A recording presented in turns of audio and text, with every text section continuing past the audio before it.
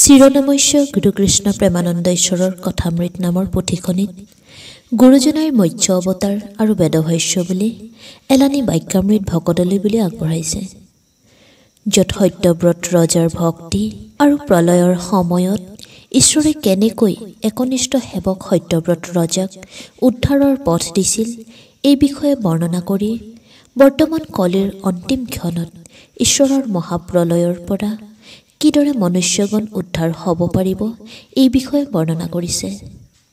আহক আমি সকলোৱে এই অমৃত পান কৰি মহাপ্ৰলয়ৰ পৰা উদ্ধাৰৰ পথ প্ৰদৰ্শিত হওঁ। জয় কৃষ্ণগুৰু, জয় জয়তে পৰম কৃপালু পৰমাৰাধ্য কৃষ্ণগুৰু ঈশ্বৰৰ শ্ৰীচৰণত শত সহস্ৰ প্ৰণাম জনাই পৰম আৰাধ্য গুৰু কৃষ্ণ প্ৰেমানন্দ ঈশ্বৰৰ চৰণতো এই দাসে সেৱা নিবেদিলোঁ। লগতে আপোনা সমূহ শ্ৰোতা ভকতাই মাতৃৰ চৰণতো এই দাসে সেৱা জনাই ৰৈ যাব পৰা সমস্ত ভুল ত্ৰুটিৰ বাবে ক্ষমা বিচাৰি গুৰুজনাৰ বাক্যামৃতৰ মাজলৈ আগবাঢ়ো। পৰম গুৰুজনাই মৎস্য অৱতাৰ আৰু বেদভাষ্যৰ আৰম্ভণি এফাকে পদেৰে কৰিছে। জয় জয় কৃষ্ণগুৰু তুমি মহাহৰি, সাকাৰ ৰূপে গুৰু হৈয়া আছা ছদ্ম কৰি, ভকত উদ্ধাৰ হেতু ধৰা অৱতাৰ, একান্ত ভকতে জানে স্বৰূপ তোমাৰ, তুমি ঈশ্বৰ গুৰু ধৰি আছা কল্কি ৰূপ, ভক্তিৰ প্ৰাবল্যে জানে তোমাৰ স্বৰূপ, মহাভাগ্যৱানে পাৰে তোমাক চিনিব, কৌটি জন্ম পুণ্য ফলে তোমাক সেবিব, কৃপা কৰা কৃপাময় জগতৰ পতি, তোমাৰ চৰণে কৰোঁ অযুত প্ৰণতি, কলিৰ শেষত তুমি কল্কি ৰূপ ধৰি, সত্য প্ৰৱৰ্তাইলা তুমি ভক্তক উদ্ধাৰী। ভগৱন্ত নাৰায়ণে কলিৰ শেষত কল্কি ৰূপ ধৰি ভক্তসকলক শান্তি আৰু মুক্তিৰ পথ দিছে, লোকহিতকৰ কৰ্ম কৰাৰ পথ দেখুৱাইছে আৰু আমি সকলোৱে জগতৰ হিতৰ বাবে বিভিন্ন আঁচনি ৰূপায়ণ কৰি আছোঁ। কৃষ্ণই অৰ্জুনক কৈছিল, হে পাৰ্থ, মোৰ নানাবিধ অলৌকিক বৰ্ণ আৰু আকৃতি, মোৰ সেই অগণন বিশিষ্ট ৰং ৰূপ দৰ্শন কৰা।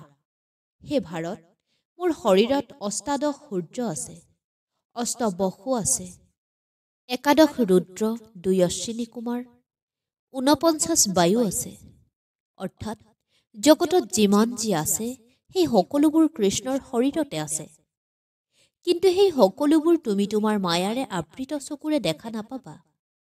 সেইবাবে এই সকলোবোৰ চাবৰ বাবে মই তোমাক দিব্য চকু দান কৰিম। দাপৰৰ সেই কৃষ্ণইতো কলিৰ শেষৰ এই কৃষ্ণগুৰু, গতিকে সদগুৰু ৰূপতো সেই সকলোবোৰ আছে।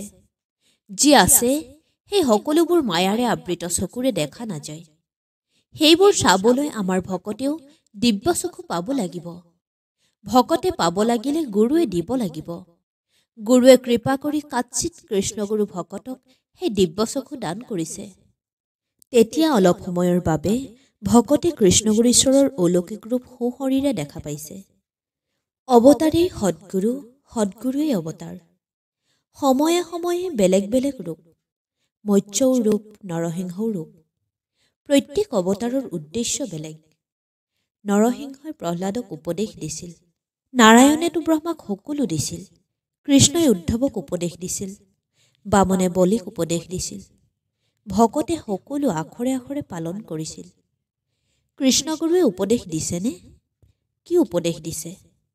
যুগোপযোগী উপদেশ দিছে, আধ্যাত্মিক উপদেশ দিছে, শান্তি লাভৰ উপায় দিছে, লোকহিতকৰ কৰ্ম কৰিবলৈ উপদেশ দিছে। আজিৰ অৱতাৰৰ লগত আৰু এটা কথা আছে, সেইটো হ'ল কলিৰ শেষত হৈব কল্কি অৱতাৰ, কাটি মাৰিম লেচক কৰিব বুন্দামাৰ। এই কথা মহাপুৰুষ শংকৰদেৱ গুৰুজনাই কৈছিল। অৱশ্যে এয়া অতীজৰে পৰা পৰম্পৰাগতভাৱে বাগৰি অহা কথা। কিন্তু চন তাৰিখ ধৰি দিয়া নাছিল। কোন চনত কলিযুগ শেষ হ'ব তাকো কোৱা নাছিল।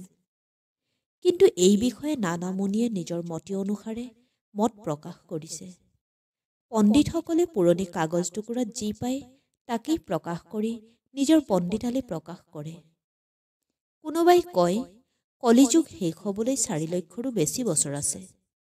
কিন্তু তেওঁলোকে ক'ব নোৱাৰে 4 লক্ষ বছৰলৈ এই সৃষ্টিখন কি ৰূপত থাকিব? তেওঁ নিজেই বা কিমান লক্ষবাৰ জন্মিব মৰিব লাগিব?